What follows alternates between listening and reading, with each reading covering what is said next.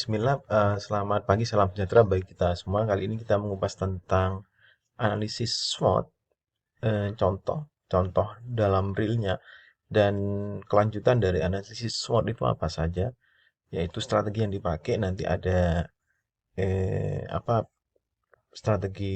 beberapa strategi yang menjadi contoh juga, menjadi referensi dan menjadi guide, ultimate guide dalam analisis SWOT. Nah, kapan analisis SWOT itu dilakukan?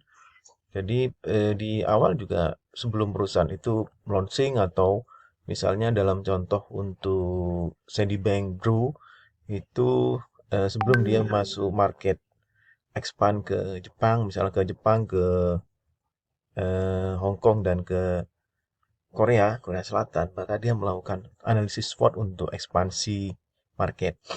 Nah, bisa juga dalam 2 tahun setelah perusahaan itu ekspansi, misalnya untuk saya di bank atau 3 tahun, dia melakukan perubahan yang signifikan dan melakukan SWOT juga, analisis SWOT juga untuk melihat adanya perubahan-perubahan yang tentu itu berdampak dari internal dan juga eksternal yang membuat nanti strategi juga implementasi dalam strateginya. Nah, itu yang kita lihat memang runtutan dari untuk menganalisis SWOT itu adalah review tentang perusahaannya atau proyeknya itu sendiri. Yang pertama, kita breakdown menjadi 3, review perusahaan atau proyek. Yang kedua adalah tentang potensial strategi untuk tumbuh. Strateginya apa saja? Ada SO, ada WO, ada ST dan WT gitu ya. Jadi bagaimana untuk meminimalkan threat, memaksimalkan opportunity, dan kita mengurangi weaknesses yang kita miliki untuk menjadi sebuah strength dan bagaimana memperkuat strength. Nah, itu yang tentu dengan adanya analisis SWOT itu bagaimana untuk fokus dan bagaimana untuk melakukan strategis itu, implement dari strategis itu menjadi lebih baik. Tanpa analisis SWOT tentu framework cara berpikir yang intuisif itu eh, tiap manajer, tiap CEO dan tiap pengambil keputusan memiliki berbeda-beda yang tidak clearly itu dia di apa namanya atas atas faktor-faktor apa yang menyebabkan untuk mengambil keputusan tersebut. Mari kita lihat. Nah, ini adalah contoh untuk plastik ya.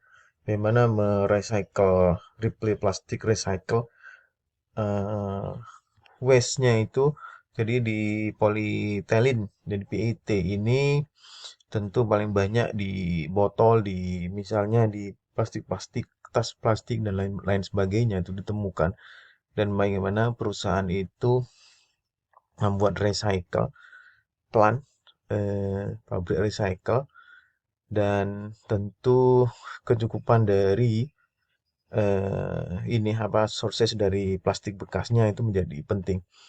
Kemudian baru potensial strategi for growth seperti yang diungkapkan sebelumnya adalah bagaimana itu pendanaan dalam konteks di situ untuk kita melihat bahwa mungkin ketiadaan kompetitor di sini, kemudian tentang dibutuhkan investasi yang sangat besar untuk masuk di recycle gini, recycle bisnis dalam konteks untuk melting, peleburan dan membuatnya menjadi sebuah produk lain, sehingga butuh penambahan R&D team dan juga legal dari pemerintah untuk membangun sebuah pabrik plastik recycle ini yang membuat itu sebetulnya menjadi sebuah opportunity melihat dari kompetitornya yang tentu tidak bisa easily untuk masuk di industri tersebut. Nah, untuk lebih lengkapnya kita simak tentang eh, SWOT-nya. Nah, jadi ini dia SWOT-nya. Yang pertama adalah tentang strengths, berarti memiliki experience yang bagus di situ, timnya sudah banyak, mengalami pengalaman, kemudian memiliki relationship dengan perusahaan-perusahaan distributor yang mengkolek gitu ya, yang apa namanya, kalau di bahasa Inggrisnya rup-rup sudah banyak dia untuk relationship-nya sehingga dia tinggal ngumpulin, kemudian tidak ada yang pabrik PET recycle di sekitar itu menjadi sebuah kekuatan tentunya. Namun bisa dilihat juga kelemahannya adalah di situ cost-nya yang sangat tinggi dan butuh waktu untuk membangunnya recycle plastik itu karena tentu bagaimana memiliki tahapan sebelumnya yaitu recycle intrusion fasilitas. Jadi bagaimana mensortir kemudian eh, pecah smaller smaller cut small size dari plastik itu sebelum jadi dilebur. Nah, prosesnya yang sangat panjang itu tentu menjadi weaknesses. Peluangnya tentu karena di situ tidak ada pesaing, kemudian potensi yang sangat besar untuk penggunaan PET recycle by product.